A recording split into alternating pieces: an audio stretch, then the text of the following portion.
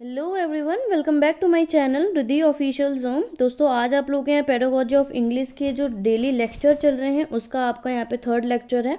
तो third lecture में जैसे कि आप लोग स्क्रीन पे देख ही रहे हैं, तो इसमें आप लोग के इंपॉर्टेंट टॉपिक हैं prose, poetry, composition and grammar. ये चारों ही टॉपिक आपके सिलेबस के लिए काफ़ी हद तक बेनिफिशियल है। और मैं आपको बता देती हूँ कि आज की इस वीडियो में आप लोगों के चारों टॉपिक एक साथ डिस्कस नहीं हो पाएंगे, क्योंकि ये चारों ही इंपॉर्टेंट टॉपिक हैं और वन बाय वन करके मैं आपको डिटेल में इस टॉपिक को यहाँ पे डिस्क्राइब करूँगी। तो मोस्ट इंपॉर्टेंट कि आप लोगों ने चैनल को सब्सक्राइब करके बेल आइकन को प्रेस जरूर करना, जिससे कि जैसे ही नेक्स्ट वीडियो अपलोड होगी, यानी कि इसके आगे के लेक्चर अपलोड होंगे, उसका नोटिफिकेशन आप लोगों तक पहुँच जाएगा। और मैंने जैसे ही आप लोगों को बताया है कि पेडागोजी ऑफ इंग्लिश में वही टॉपिक मैं आप लोगों को कराऊंगी कि जो आपके एग्जाम के लिए काफ़ी हद तक बेनिफिशियल होगा। इससे ज़्यादा पढ़ने की आप लोगों को नीड नहीं होगी। अगर आप लोगों ने इतना भी कंटेंट अपना कंप्लीट कर लिया तो आप लोगों के काफ़ी हद तक अच्छे मार्क्स आप लोग पेडागोजी ऑफ इंग्लिश में यहाँ पे स्कोर कर सकते हैं। तो चलिए, ज़्यादा समय नहीं लूँगी। इससे पहले मैंने आप लोगों को ऑलरेडी पेडागोजी ऑफ इंग्लिश में आप लोगों के मीनिंग डेफिनेशन से लेकर और आपके सेकेंड लेक्चर में बाकी आप लोगों के कुछ इंपॉर्टेंट टॉपिक, यानी कि आप लोगों के टीचिंग प्राइमरी और सेकेंडरी लेवल पे कैसे होते हैं, तो वो मैंने डिस्कस किया है। तो मेक श्योर वो वीडियो आप लोग देख चुके होंगे, और नहीं देखा है तो प्लेलिस्ट में जाकर चेकआउट कर सकते हैं, नहीं तो डिस्क्रिप्शन बॉक्स में आप लोगों को अदर सब्जेक्ट का लिंक मिल जाएगा। तो आप लोग चाहे बीएड सेकेंड ईयर के स्टूडेंट हो या बीएड फर्स्ट ईयर के स्टूडेंट हो, तो आप लोग की जितनी भी वीडियोज़ हैं वो आपको इस चैनल पर मिल जाएगी। जो अदर सब्जेक्ट की रह रही है वो जल्द से जल्द अपलोड हो जाएगी। और चलिए, ज़्यादा समय नहीं लेंगे। आज का जो टॉपिक है, सबसे पहले हम लोग पढ़ेंगे यहाँ पे टीचिंग ऑफ फ्रोज, यानी कि आप लोगों को टीचिंग फ्रोज का नॉर्मली मैं मतलब बताती हूँ। तो टीचिंग रीडिंग विद कॉम्प्रीहेंशन आप लोग बोल सकते हैं, यानी कि जो हमारी टीचिंग है उसमें हम लोग को पढ़ना और समझने का काम होता है, वो होता है आपका टीचिंग फ्रोज। तो सबसे पहले आप लोगों का इंट्रो हो गया। अब हम लोग यहाँ पे सेंटेंस देख लेते हैं। The word prose has been derived from the Latin word prosa और प्रोजा ओरेशन which means straightforward discourse. इसका मतलब यहाँ पे बताया गया है कि जो फ्रोज वर्ड है वो आपका एक लैटिन वर्ड से लिया गया है, फ्रोजा से। और यानी कि एक तरीके से आप लोग इसका मतलब कह सकते हैं कि स्ट्रेट फॉरवर्ड डिस्कस का मतलब यहाँ पे कि हम अपनी बात, किसी भी बात को हम लोग सीधे रूप से कह देना, तो वो आपका क्या होता है, एक तरीके से फ्रोज। अब यहाँ पे बोला है prose is an important aspect of literature, यानी कि जो फ्रोज है वो आपके लिटरेचर का एक इम्पॉर्टेंट एस्पेक्ट माना गया है, यानी कि आपका महत्वपूर्ण पक्ष माना गया है, जिसके अंदर आप लोगों के लिए क्या क्या चीज़ें इंक्लूड होती हैं, ऐसे, ड्रामास, बायोग्राफीज एक्सेट्रा। ये सारी चीज़ें आप लोग किसमें, यानी कि फ्रोज में इंक्लूड होता है। और ये सारे जो होते हैं ये फ्रोज के रूप में लिखे जाते हैं, यानी जो आपके एसेज लिखे जाते हैं, ड्रामाज लिखे जाते हैं, बायोग्राफी हो गई, ऑटोबायोग्राफीज आप लोग बोल सकते हैं, और आपके कंपोजिशंस हो गए, आपके स्टोरीज हो गई, तो ये सब हमारे फ्रोज के रूप में ही लिखे जाते हैं। नेक्स्ट है, it developed language skills such as listening, speaking, reading and writing. यहाँ पे ये बताया है कि इन सब के साथ साथ आपके लैंग्वेज स्किल को भी क्या करता है, ये डेवलप करता है। लैंग्वेज स्किल जो कि आपको पता है कि 4 होती हैं, आप लोग शॉर्ट फॉर्म में इसको बोल सकते हैं LSRW, यानी कि लिसनिंग, रीडिंग, स्पीकिंग और राइटिंग। तो ये 4 आपके लैंग्वेज स्किल होती है, और जो कि ये क्या करती है, साथ साथ में आपके डेवलप करती है। ये चारों ही जितनी भी आपकी बेसिक्स लैंग्वेज हैं, ये आपको डेवलप करने का क्या करती है, काम करती है। फ्रोज कॉमनली यूज, यानी कि जो फ्रोज है मैक्सिमम आपका कॉमन किस में यूज़ किया जाता है, नॉर्मली आपके न्यूज़पेपर्स में, आपके मैगजीन्स में, इंसाइक्लोपीडिया हो गई, ब्रॉडकास्टिंग हो गए, आपके फिल्म्स हो गई, हिस्ट्री हो गई, और many other forms of communication. तो ये सारी चीज़ों में आपके कॉमनली फ्रोज को यूज़ किया जाता है। नेक्स्ट है आपके यहाँ पे आता है मेन एम क्या है, यानी कि आपके टीचिंग फ्रोज का मुख्य उद्देश्य यहाँ पे क्या बताया गया है। पहला है कि ये आपके वोकेबलरी को एनलार्ज करता है। सेकेंड है explain the structure of the sentence, यानी कि हमारे सेंटेंस के स्ट्रक्चर को एक्सप्लेन करता है और ऑथर्स के आइडियाज़ को क्या करता है, ग्रेस्प करता है। तो मैं आपको मोस्ट इम्पॉर्टेंट चीज़ बता देती हूँ, आप लोग इसी तरीके से अपने एग्ज़ाम में लिखिएगा। जब भी आपके टीचिंग ऑफ फ्रोज आता है तो आप लोग पहले उसके मीनिंग के बारे में और उसके 2-4 इंपॉर्टेंट पॉइंट यहाँ पे लिख सकते हैं। लाइक अगर आपका लॉन्ग क्वेश्चन में आता है या फिर शॉर्ट में आएगा तो भी, और लॉन्ग क्वेश्चन में अगर आप लोगों से पूछा जाएगा तो सबसे पहले आप टीचिंग ऑफ फ्रोज में पहले फ्रोज की मीनिंग को एक्सप्लेन करना इंपॉर्टेंट है। तो उसके बाद ही आप लोग करिएगा। नेक्स्ट आप लोग का करेक्टरिस्टिक्स, उनके एम, जनरल एम्स हो गए या फिर स्पेसिफिक एम, जो भी हम आगे डिस्कस करेंगे उसको 1 बाय 1 करके कर सकते हैं। तो आई होप आप लोगों को ये फ्रंट पेज बहुत अच्छे से समझ आ गया होगा। नेक्स्ट हम लोग समझेंगे कि उनके जनरल एम्स क्या होते हैं टीचिंग फ्रोज के। तो मैं आपको बता देती हूँ, टीचिंग को पढ़ाने यानी कि फ्रोज को पढ़ाने के 2 तरीके के एम हैं। एक होता है आपका जनरल एम्स और दूसरा होता है आपका स्पेसिफिक एम्स। तो सबसे पहले हम लोग यहाँ पे देखेंगे कि जनरल एम में आप लोगों के यहाँ पे क्या क्या इंक्लूड होता है। तो जनरल सेम में आप लोगों के कुछ इंपॉर्टेंट पॉइंट जो कि आप लोगों के इस पूरे के पूरे नीचे आप लोगों के पॉइंट में देखने को मिलेंगे। तो दोस्तों इसमें आप लोगों का फर्स्टली आप ये भी बोल सकते हैं कि इसका हमारा मेन उद्देश्य जो होता है, या तो आपका एम आ गया या फिर आपके करेक्टरिस्टिक्स आ जाएंगे, बोथ आर सेम। आपको कन्फ्यूजन होने की ज़रूरत नहीं है। एग्जाम में अगर आपका जनरल करेक्टरिस्टिक्स या एम पूछा जाएगा तो आप लोग सेम आंसर लिख सकते हैं। तो यहाँ पे बच्चे को हमें वोकैबलरी को इन्हांस करते हैं, ये आपका पहला जनरल एम होता है। दूसरा एम ये होता है कि लैंग्वेज के स्किल, यानी कि जो मैंने आपको बताया था like listening, speaking, reading, writing, इसको क्या करता है, डेवलप करता है। दूसरा मेन आपका एम होता है कि बच्चे के अंदर ऐसी एबिलिटी को डेवलप करता है कि जो हमारे राइटर्स होते हैं उनके आइडियाज़ को लेके काम करता है। ठीक, ये हमारा एक जनरल एम होता है। पहला पॉइंट देखेंगे, to enable the student to read aloud the prose lesson with correct pronunciation, stress, intonation and pause. यानी कि यहाँ पर जो टीचर का काम क्या होता है कि वो बच्चे को फ्रोज को लाउड रीडिंग करवाए, यानी कि जो भी पढ़ा है वो लाउड रीडिंग करवाए, वो भी करेक्ट प्रोनाउंसिएशन की तरह की, यानी कि वो जो बच्चा फ्रोज को रीड कर रहा है तो वो एकदम करेक्ट प्रोनाउंसिएशन का यूज़ कर रहा है, स्ट्रेस और इंटोनेशन कर रहा हो, और पॉज यानी कि जब वो रीडिंग कर रहा हो तो एकदम सही तरीके से रीडिंग कर रहा हो, अटक अटक के उसे नहीं पढ़ना है। To enable the student to comprehend the thought and ideas content the passage, यानी कि हमें बच्चे को यानी स्टूडेंट्स को हमें ये बताना है कि उसमें आप लोगों को आ जाएगा कि स्टूडेंट्स को यानी कि पैसेज में जो मेन आप लोगों के आइडियाज़ और थॉट्स हैं उसके वो समझने के काबिल हो। To enrich their active and passive vocabulary, यानी कि उसमें जितने भी एक्टिव और पैसिव वोकैबलरी हो उसको सीख सकें। एक्टिव इन द सेंस जो कि आप नॉर्मली कह सकते हैं कि जो सेंटेंस आपको डायरेक्ट बताए गए हैं जो बार बार यूज़ किए जाते हैं। एक्टिव इन द सेंस कि वो वोकैबलरी जो कि डेली यूजेस में आप लोग यूज़ कर सकते हैं। और पैसिव वोकैबलरी आप लोग वो जो कुछ ऐसी वोकैबलरी यानी कि कुछ ऐसे वर्ड्स जो कि कभी कभी यूज़ होते हैं, तो वो आता है आपके पैसिव में। नेक्स्ट आता है to develop their interest in reading, यानी कि हमें रीडिंग में इंटरेस्ट को धीरे धीरे क्या करना है, बच्चों में उसमें डेवलप करना है। यहाँ पे टीचर का क्या काम होता है कि बच्चों में रीडिंग के लिए इंटरेस्ट को धीरे धीरे डेवलप करना।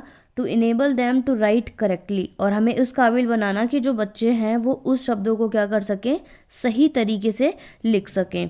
To enable the student to express the ideas content in the passage orally and writing, यानी कि हम बच्चों को उस तरीके से इनेबल कर सकें कि वो अपने आइडियाज़ को एक्सप्रेस कर सकें, यानी कि जो पैसेज में ओरली उन्होंने पढ़ा है और समझा है वो उसको इतने अच्छे से समझ सके कि वो ओरली बोल भी बता पाएँ और वो उसको लिख कर भी अच्छे से क्या कर सके, एक्सप्लेन कर पाएँ। To develop their interest in reading, और उनका वही सेम चीज़ यहाँ पे आपकी रिपीट हो गई है। नेक्स्ट आता है to enable student to understand the passage orally and in writing.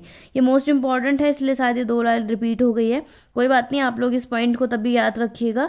तो नेक्स्ट आता है to develop their imaginative power, यानी कि उनकी इमेजिनेशन की जो पावर होती है उसको क्या करना है, डेवलप करना है। तो जर्नल सेम में आप लोगों का ओवरऑल बस इतना ही बताया गया है कि स्टूडेंट्स को आपको लाउडली पढ़ाना है और उसके काबिल बनाना है कि वो जो भी रीडिंग कर रहा हो उसका सही करेक्ट प्रोनाउंसिएशन यहाँ पे वो कर सके। और सेकंड मोस्ट इम्पॉर्टेंट बात कि बच्चा अपने आइडियाज़ और अपने थॉट्स को जो कि उस पैसेज में उसको एक्सप्रेस करना सीख जाए और एक्टिव और पैसिव के सही जगह के वोकैबुलरी को अपने यहाँ पे डेवलप करे, उनका रीडिंग में उनका दिन पर दिन इंटरेस्ट जगाया जाए और जो भी चीज़ यानी कि जो भी चीज़ वो लिख रहे हैं उसमें उनका क्या हो, दिन पर दिन उसमें एक तरीके से आपको क्या करना है कि बच्चे को उसकी चीज़ में उनका इंक्रीज़ करना है। और उनका मोस्ट इम्पॉर्टेंट चीज़ कि बच्चे का इमेजिनेटिव पावर यहाँ पे डेवलप करना है। लाइक जैसे मैंने आपको बताया कि अगर स्टूडेंट यहाँ पे इंग्लिश को डेली बोलता है राइट, तो वो जो अगर मन में भी अपने ऐसे कोई भी थॉट्स लाते हैं तो भी वो उसे इंग्लिश में ही सोचेगा, तभी उसकी इमेजिनेटिव पावर और दिन पर दिन उस चीज़ को लेकर यहाँ पे डेवलप हो जाएगी। नेक्स्ट आपके कुछ टाइप्स ऑफ प्रोज आते हैं, जिसमें आप लोगों को यहाँ पे स्क्रीन पर पॉइंट दिख रहा होगा, तो इसको मैं भी आगे ब्रीफली में समझाऊंगी। जैसे कि आप लोग यहाँ पे पॉइंट देख सकते हैं कि जो टाइप्स होते हैं वो होते हैं आपका एक फिक्शन और होता है दूसरा नॉन फिक्शन।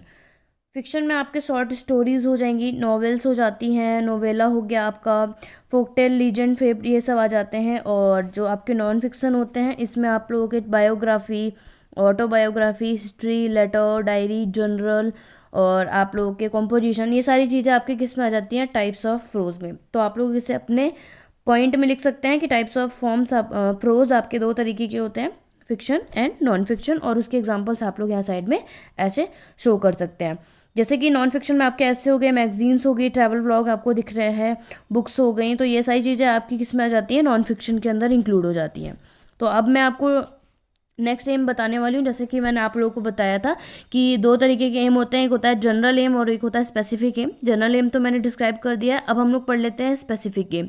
तो मैं आपको एक चीज़ और बता देती हूँ कि मोस्ट इंपॉर्टेंट चीज़ स्पेसिफिक एम में आप लोगों के यहाँ पे क्या पे लिखा है कि जो स्पेसिफिक एम है, to prose change according to the subject matter like biography, play, story and ऐसे। यानी कि जो स्पेसिफिक एम होता है फ्रोज का, टीचिंग में जो पढ़ाने का मेन स्पेसिफिक हमारा उद्देश्य होता है, वो किसके अनुसार होता है, सब्जेक्ट के अनुसार। जैसे कि आपके बायोग्राफीज आ जाती हैं, प्ले हो गए, आपकी स्टोरीज हो गई, एसेज हो गए, तो ये सारी चीज़ें आपके आ जाती हैं।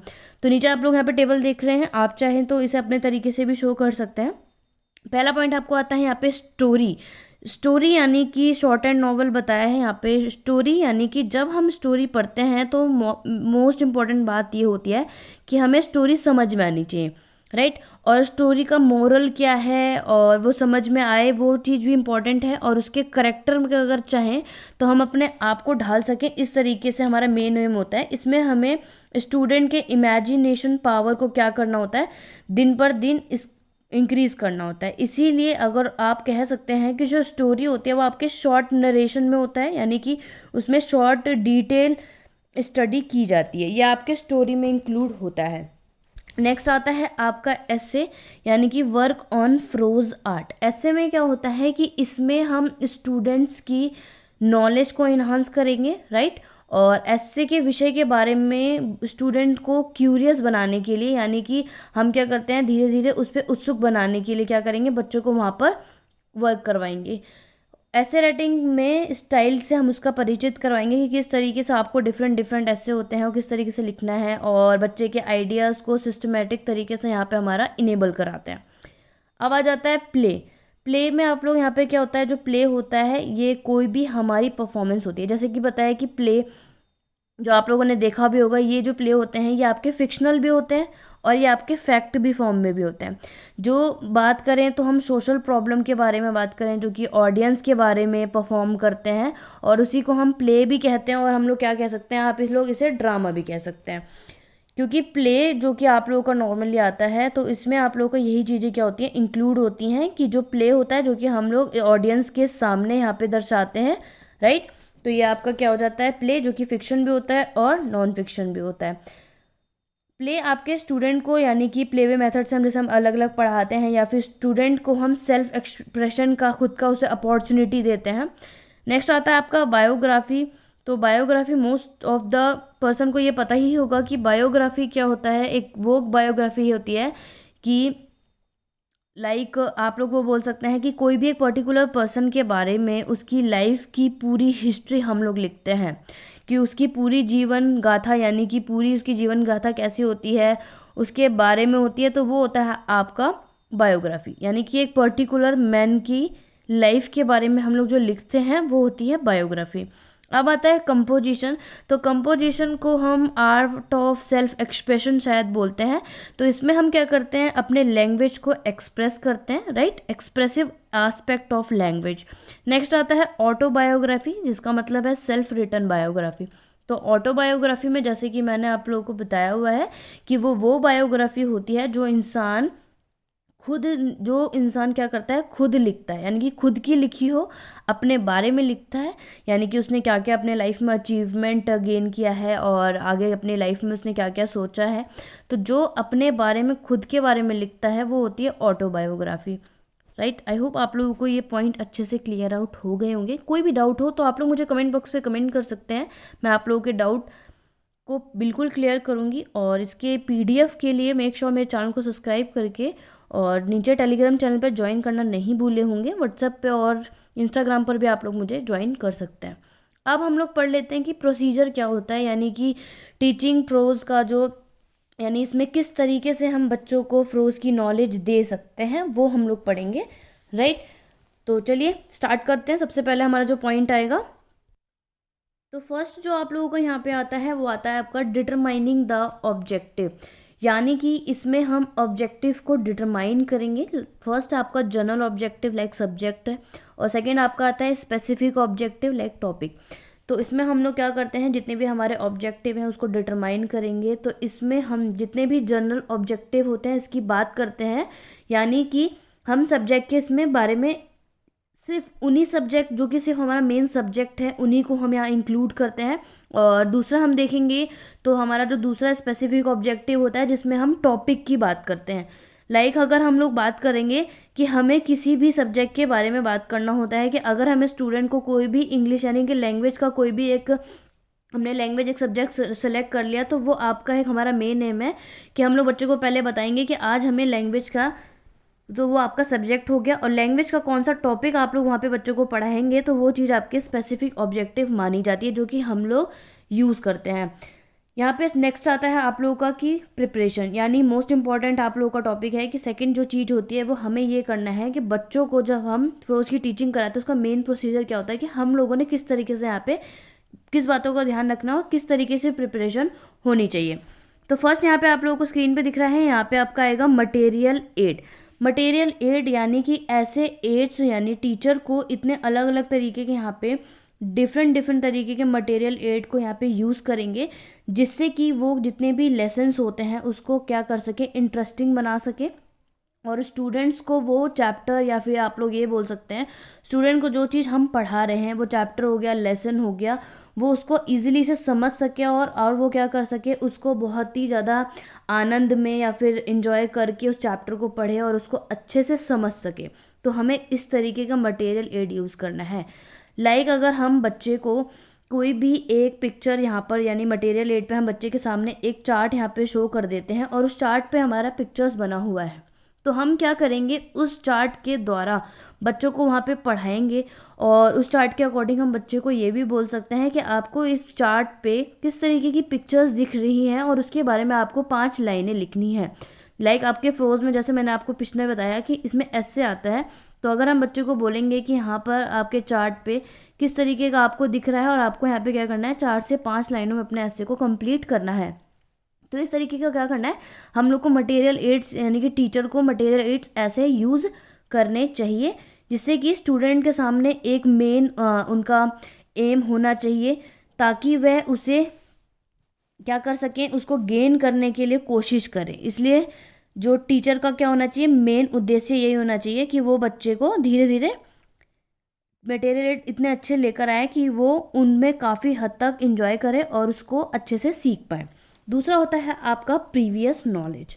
अब यहाँ पे प्रीवियस नॉलेज की बात करूँ तो दोस्तों प्रीवियस नॉलेज, इसमें जो टीचर्स होते हैं वो सबसे पहले स्टूडेंट्स की उनकी प्रीवियस नॉलेज से कनेक्ट करेंगे, राइट।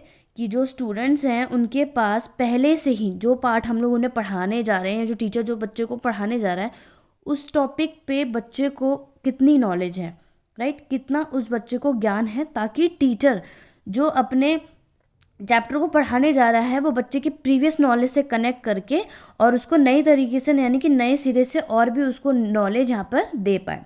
तो नॉर्मली आप लोग बोल सकते हैं कि इस तरीके से क्या होगा कि जो स्टूडेंट्स हैं वो अपने न्यू इंफॉर्मेशन के साथ और अपने जो प्रायर नॉलेज है उसके अकॉर्डिंग अनुभव करके अपने मेंटली रूप से जोड़ने के लिए क्या कर सकता है, वो नॉलेज को गेन कर सकता है।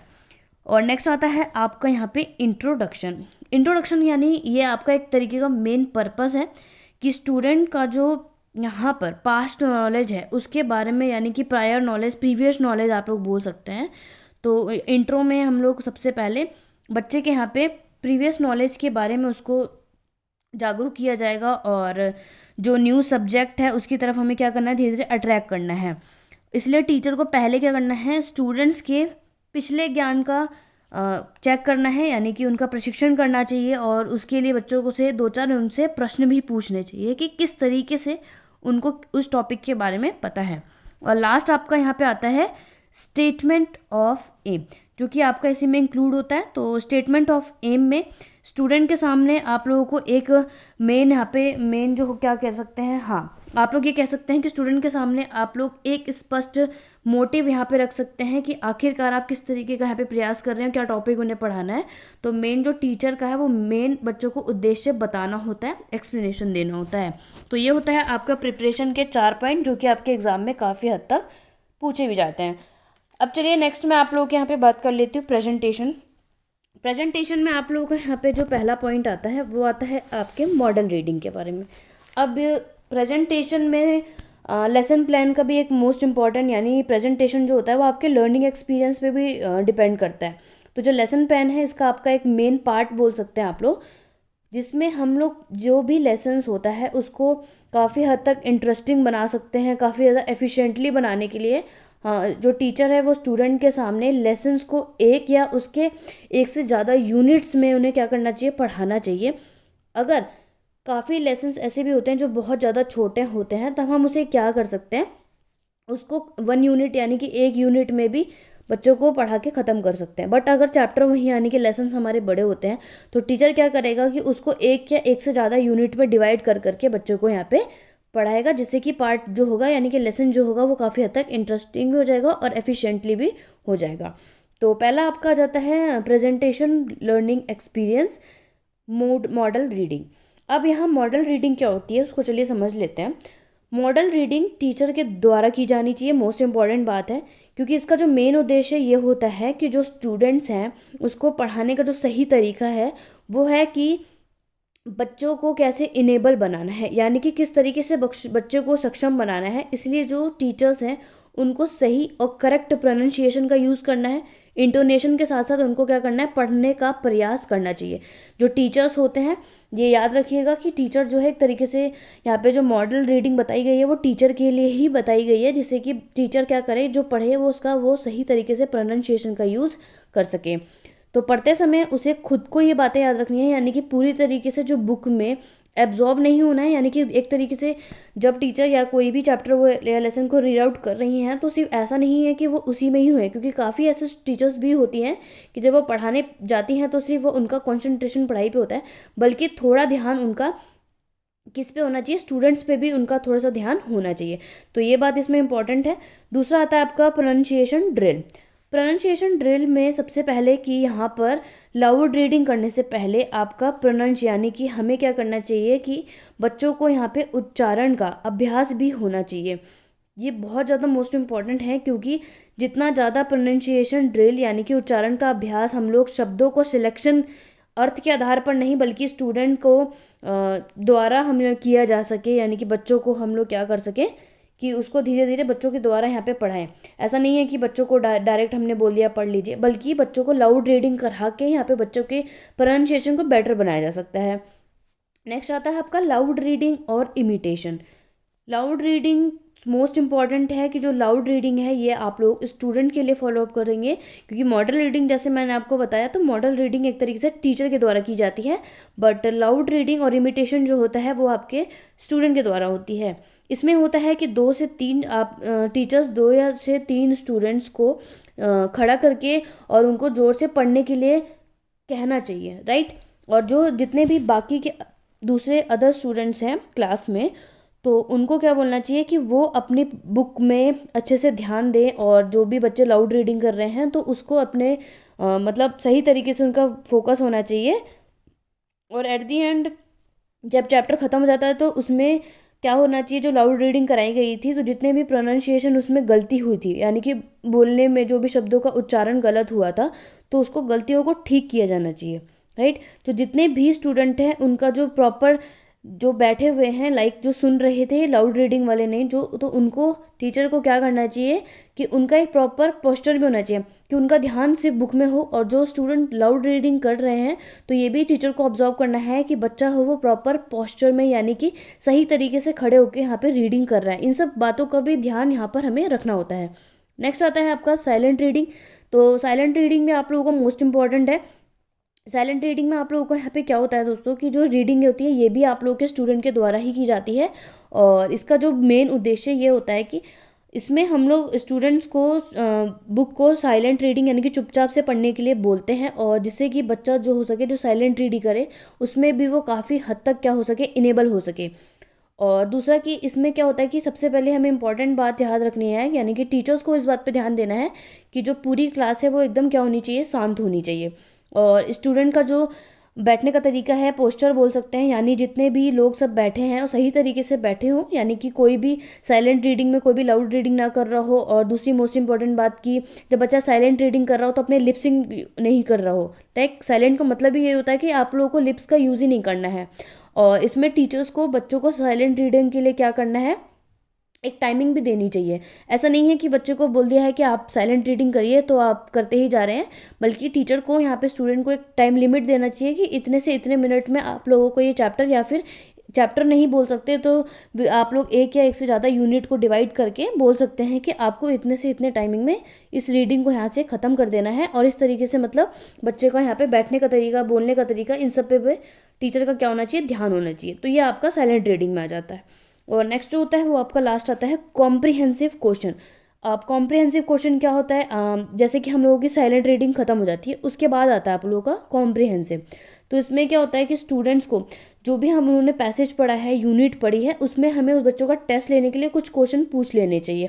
लाइक कि जो भी चैप्टर बच्चे बच्चे ने मन में पढ़ा है, या फिर जो भी यूनिट पढ़ी है, कोई भी पैराग्राफ पढ़ा है, तो उसमें अगर हम क्वेश्चन करेंगे तो हमें सबसे पहले ये पता चलेगा कि बच्चों को आखिरकार उस चैप्टर में क्या समझ में आया। तो हम लोग बच्चों से मीनिंग पूछ सकते हैं, और पैसेज का मेन पोर्शन क्या है उस पर हम लोग क्वेश्चंस कर सकते हैं, और आइडम फ्रेजेस क्या है, और फिगर ऑफ स्पीच कौन कौन सी थी, ये सारे क्वेश्चन हम लोग बच्चों से कॉम्प्रिहेंशन में यूज़ कर सकते हैं। और मोस्ट इम्पॉर्टेंट कि बच्चों को ये देखने के लिए कि जो उन्होंने पैसेज पढ़ा है या पैराग्राफ यूनिट जो भी पढ़ी है, तो उसमें बच्चों को पूरा ध्यान था कि नहीं, और जो चीज़ उनको समझ में आई है कि नहीं आई है। तो कॉम्प्रिहेंशन में हम लोगों का मेन जो रेफरेंस रहते हैं, यानी कि अलग अलग तरीके का संदर्भ रहता है कि बच्चों को क्या करना है कि ध्यान हमें आकर्षित करने के लिए यूज़ करना है क्वेश्चनों की। बच्चे का हमें ये ध्यान देना है कि वो बच्चा इसलिए भी पढ़ सकता है कि जब उसे पता होता है कि हमें क्वेश्चन पूछे जाएंगे तो बच्चा उस चीज़ को पढ़ेगा। लाइक अगर उसको वो चैप्टर समझ नहीं आया है तो अगर लाइक टीचर बच्चों से क्वेश्चन भी करेगा तो उससे समझ आ जाएगा कि बच्चे ने जो पढ़ी है यानी साइलेंट रीडिंग करी है तो उसको कुछ समझ में आया या नहीं आया। तो ये आपके कॉम्प्रिहेंसिव क्वेश्चन में आ जाता है। तो ये था आपका 3। अब चलिए नेक्स्ट देख लेते हैं। नेक्स्ट आता है आपका ब्लैक बोर्ड वर्क, यानी कि बच्चे ने अब आप लोगों के यहाँ पे अलग अलग तरीके की लाउड रीडिंग, साइलेंट रीडिंग सब कर ली है।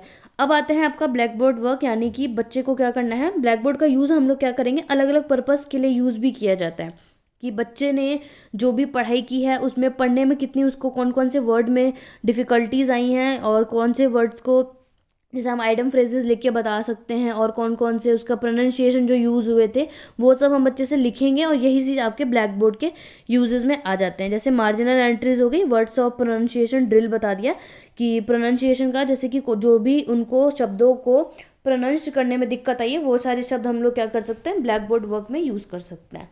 नेक्स्ट आता है आपका रिकैपिटुलेशन, जिसमें हम लोग बच्चों से क्वेश्चन क्या कर सकते हैं, पूछ सकते हैं। अब इसमें क्या होता है कि आप लोगों का जो इसमें आता है कि बच्चों को हम लोग किस तरीके से क्वेश्चन पूछ सकते हैं। तो इसमें आप लोगों का आता है कि लेसन में जितने भी, या तो आपके एक या उससे ज़्यादा यूनिट्स में पढ़ाने के बाद, जैसे अगर लाइक आप लोग पूरा चैप्टर नहीं, बच्चा अगर एक यूनिट को पढ़ता है या फिर 2-3 यूनिट को भी पढ़ता है, तो उसके बाद हमें क्या करना चाहिए, मोस्ट इंपॉर्टेंट है कि उसका रिकैपिचुलेशन ज़रूर कराना चाहिए। वो उसका सबसे बेस्ट वे ये है कि हमें हर एक यूनिट के बाद या हर 1-2 यूनिट के बाद हम लोगों से, बच्चों से उससे क्वेश्चन करने चाहिए कि आखिरकार जो स्टूडेंट है उन्होंने क्या सीखा या फिर उसमें क्या पढ़ाया गया है, और वह अपनी जो भी शिक्षा है वो अलग अलग सिचुएशन में वो कैसे ट्रांसफ़र कर सकते हैं। ये सारी चीज़ें आपके किस में आती है, रिकैपिचुलेशन में आती हैं। तो इसीलिए हम बच्चों को ऐसे क्वेश्चंस के आंसर से क्या करते हैं, बिलोंग होने चाहिए, ऐसे मैच होने चाहिए। जितने भी क्वेश्चंस हैं जो टीचर यहाँ पे स्टूडेंट से पूछेगा, वो ये बात बहुत ही मोस्ट इम्पॉर्टेंट है कि जो भी क्वेश्चन यहाँ पे पूछेगा वो उनके पैसेज से पढ़ाए गए ही होने चाहिए, जितने भी यानी जितने भी यूनिट्स में उन्होंने पढ़े हैं उन्हीं से होने चाहिए, ठीक। और मोस्ट इम्पॉर्टेंट कि जब भी हो तो उसमें आप लोग ये भी, टीचर जो है वो स्टूडेंट से उस स्टोरी का या फिर उस पैसेज का मेन इंसिडेंट भी क्या कर सकता है यहाँ पे डिस्क्राइब करने के लिए बोल सकते हैं। अब लास्ट में एट द एंड जो आपका यहाँ पे आता है, तो वो आपका क्या आता है कि लास्ट में अब टीचर क्या करेंगे, होमवर्क देगी, ठीक है। तो इसमें टीचर जो आपकी होमवर्क देगी, तो इंग्लिश पहला है कि to remember meaning and spelling of new words, यानी जो होमवर्क देगी तो बच्चों को आप लोग ये बोल सकते हैं, आप लोग मीनिंग्स दे सकते हैं, और जो वर्ड्स में उनको डिफ़िकल्टीज आई थी वो नए नए वर्ड जो उन्होंने उस पैसेज में या फिर यूनिट्स में या चैप्टर्स में जो उन्हें मिले थे वो करने को दे सकते हैं, फिल इन द ब्लैंक्स दे सकते हैं। To answer question on the passage, जो क्वेश्चन पैसेज में दिए गए हैं उनके आंसर के लिए, और पूरे का पूरा जो उन्होंने चैप्टर पढ़ा है उसकी समरी लिखने को बोल सकते हैं, और एंटोनिम्स सिनोनिम्स ये सारी चीज़ें देकर बच्चे क्या कर सकते हैं, बच्चों को यहाँ पे होमवर्क दिया जा सकता है। तो एट द एंड आप ये बोल सकते हैं कि जो इंग्लिश फ्रोज है, ठीक है, वो टीचर को स्टूडेंट की साइलेंट फास्ट रीडिंग पढ़ने की आदत डेवलप करने के लिए एक प्रॉपर प्रोसीजर यहाँ पर अपनाना चाहिए। ये जो पूरे के पूरे प्रोसीजर मैंने आपको बताए हैं, तो ये क्या है, एक बच्चे की साइलेंट फास्ट रीडिंग को पढ़ने की हैबिट को क्या करता है, दिन पर दिन यहाँ पे इंक्रीज करता है, जो कि एक प्रॉपर यहाँ पे उसका प्रोसीजर फॉलो होना चाहिए। तो ये आपके आ जाते हैं फ्रोज लेसन के कुछ प्रोसीजर के, किस तरीके से फ्रोज को अलग अलग तरीके के प्रोसीजर के अकॉर्डिंग यहाँ पर पढ़ाने चाहिए। आई होप आप लोगों को ये काफ़ी हद तक अच्छे से समझ आया होगा। वीडियो लंबी ज़रूर हुई है बट ये मोस्ट इंपॉर्टेंट टॉपिक है। तो नेक्स्ट मैं आप लोगों के इसी से आगे कंटिन्यू करूँगी, जैसे आप लोगों ने थंबनेल देखा था पोइट्री और आप लोगों के अनदर ग्रामर से रिलेटेड, ये सब मोस्ट इंपॉर्टेंट है। तो मेक श्योर चैनल को सब्सक्राइब ज़रूर किया होगा, और कोई भी डाउट या क्वेरी है तो आप लोग मुझे कमेंट बॉक्स पे कमेंट करके पूछ सकते हैं। तो आज की वीडियो बस इतनी ही है, नेक्स्ट वीडियो पे जल्द से जल्द मिलती हूँ। Thank you for watching.